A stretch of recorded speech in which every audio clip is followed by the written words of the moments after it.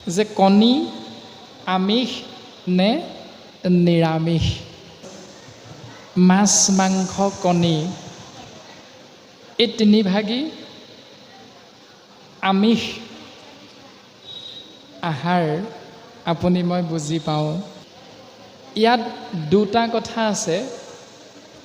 এটা হ'ল কণী বুলি ক'লে আমি একে আষাৰে ক'ব পাৰোঁ আমিষ, কাৰণ এটি কণীৰ ভিতৰত ব্ৰহ্ম নিহিত হৈ আছে।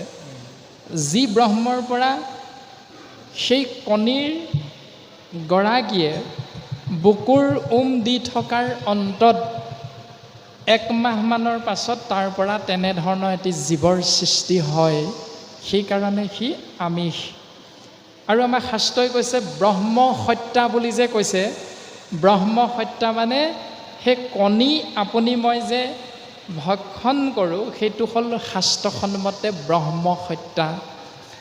যি ভ্ৰূণ এই পৃথিৱীলৈ আহিবলৈ দিয়াৰ আগতেই তাক নষ্ট কৰা হৈছে, সেইকাৰণে সেইটো হ'ল ব্ৰহ্ম হত্যা। আমি যদি বাস্তৱ পৃথিৱীখনত এটি বেলেগ দিশেৰে চাওঁ, তেতিয়াহ'লে আমি বুজিব পাৰোঁ যে এগৰাকী মাতৃৰ গৰ্ভত যেতিয়া এটি ভ্ৰূণ সৃষ্টি হয়, সেই ভ্ৰূণক ডাক্তৰৰ হতুৱাই যেতিয়া নষ্ট কৰি দিয়া যায়, তেতিয়াহ'লে সেই পিতৃ মাতৃ আৰু ডাক্তৰ তিনিওজন শাস্ত্ৰসন্মতে ব্ৰহ্ম হত্যা মহাপাপত পাপিত হ'ব লগা হয়। এতিয়া কণী কিন্তু আমিষ, কণী কিন্তু নিৰামিষ, দুইটাই হয়। কেনেকৈ হয়? যিবিলাক কণী বিজ্ঞানসন্মতভাৱে পোৱালিৰ জন্ম নহয় বুলি যিবিলাক কণী আপুনি মই গ্ৰহণ কৰি আছোঁ, সেই কণীবিলাক কিন্তু নিৰামিষ হয়। কিন্তু বাকী যিবিলাক কণীৰ পৰা ভ্ৰূণ সৃষ্টি হয়, এটি জীৱৰ সৃষ্টি হয়, তেনেধৰণৰ ধৰি লওক হাঁহৰ কণীৰ পৰা এজনী হাঁহৰ জন্ম হ'ব, কুকুৰা কণীৰ পৰা এটি কুকুৰাৰ জন্ম হ'ব, এজনী চৰাইৰ পৰা চৰাই কণীৰ পৰা এটি চৰাই পোৱালিৰ জন্ম হ'ব। কিন্তু যিটো কণীৰ পৰা তেনেধৰণৰ এটি জীৱৰ সৃষ্টি নহয় বুলি বিজ্ঞানে বৰ্তমান একোটি পদ্ধতিৰ জৰিয়তে আপুনি মই গ্ৰহণ কৰি আছোঁ, সেইবিলাকক নিৰামিষ বুলি আপুনি মই বুজিব পাৰোঁ। কণী নিৰামিষ নহয়। আপুনি যদি হাঁহৰ কণীটো খায়, তেতিয়াহ'লে সি কেতিয়াও নিৰামিষ নহয়, কাৰণ তাৰ পৰা এটি ভ্ৰূণ সৃষ্টি হ'বই। তাক যদি উমনি দিয়া যায়, তাৰ পৰা এটি তেনেধৰণৰ জীৱৰ সৃষ্টি হ'ব।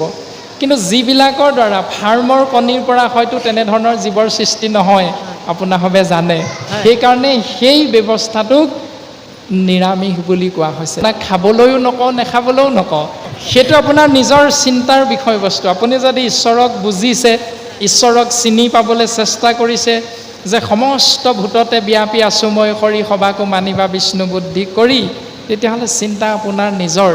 তাত শাস্ত্ৰই কাকো বাধা দিয়া নাই যে তোমালোকে এই পন্থাটো অৱলম্বন কৰা, এইটো নকৰিবা, এইটোহে কৰা, এইটো নকৰিবা।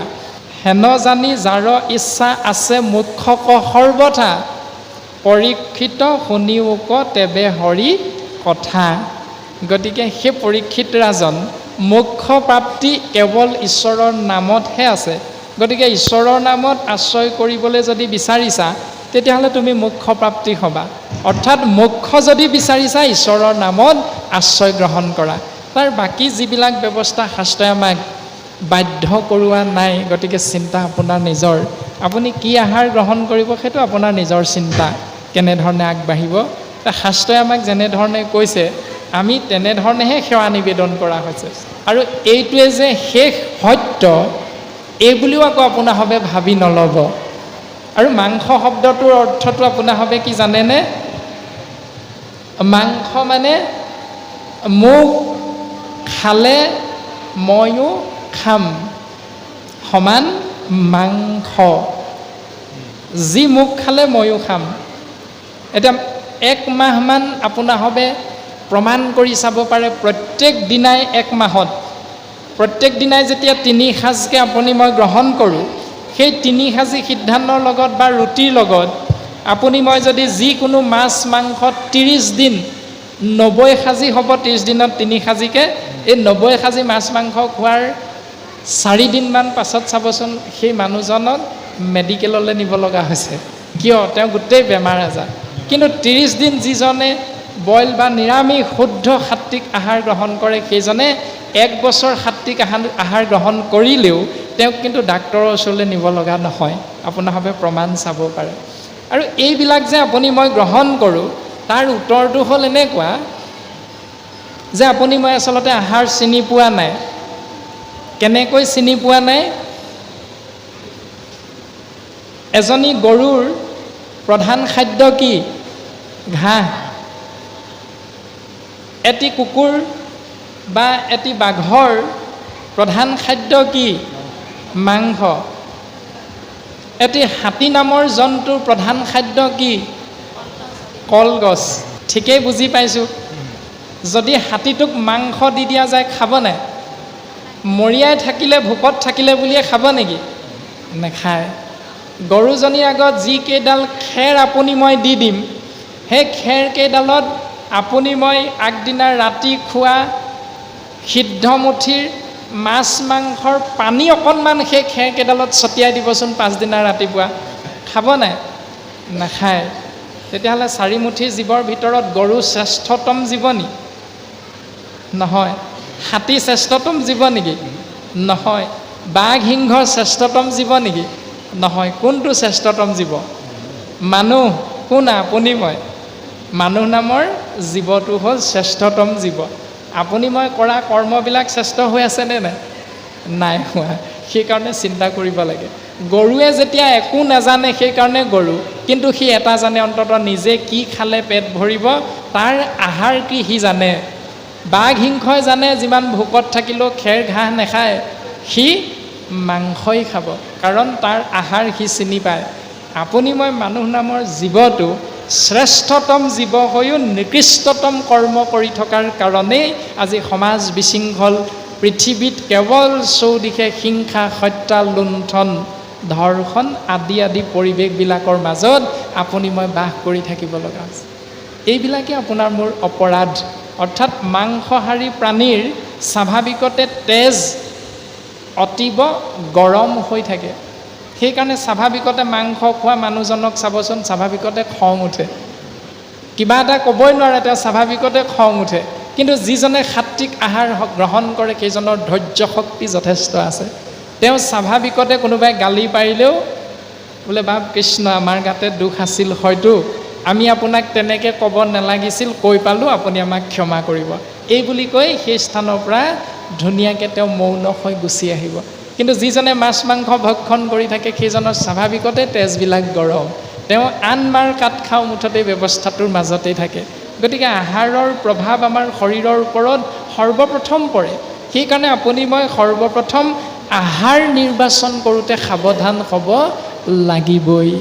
যদি আহাৰ নিৰ্বাচন কৰোঁতে ভুল হয় তেতিয়াহ'লে ঈশ্বৰৰ পূৰ্ণ কৃপা আপুনি মই লাভ কৰিব নোৱাৰিম। আৰু ইয়াকে কোৱা হৈছে লোভ। লোভৰ বশৱৰ্তী হৈহে আপুনি মই তাক গ্ৰহণ কৰোঁ। মাছ মাংস কণীত যি প্ৰটিন পোৱা যায়, সেই প্ৰটিন সেউজীয়া শাক পাচলিতো যথেষ্ট পৰিমাণে আছে। তাক আপুনি মই শাস্ত্ৰসন্মতে নীতি নিয়মৰ মাজেৰে যদি গুৰু দেৱ নাম ভকতৰ আশ্ৰয় কৰি আপুনি মই গ্ৰহণ কৰোঁ তেতিয়াহ'লে তাত কোনো অপৰাধ নাই। অৰ্থাৎ আপোনাৰভাৱে চাব পাৰে, এই উপাধিধাৰী মহন্ত গোস্বামী এই ব্যক্তিসকলৰ বেমাৰ আজাৰৰ কথা শুনিছে নেকি বাৰু? উপাধিধাৰী মহন্ত গোস্বামী আমাৰ সমাজত যে আছে, শুনিছেনে কোনোবা এদিনা আমুক মহন্ত বোলে আমুক বেমাৰ হৈ মৰিলে? শুনিছে? নাই শুনা। কেলৈ নাই শুনা? তেওঁলোকৰ আহাৰ সাত্বিক আহাৰ গ্ৰহণ কৰে আৰু তেওঁলোকে গুৰু দেৱ নাম ভকতৰ আশ্ৰয় কৰি ৰাতিপুৱা নিত্য নৈমিত্তিক প্ৰসংগ গুৰু সেৱা নকৰাকৈ তেওঁলোকে ঠাণ্ডা পানী অকণো গ্ৰহণ নকৰে।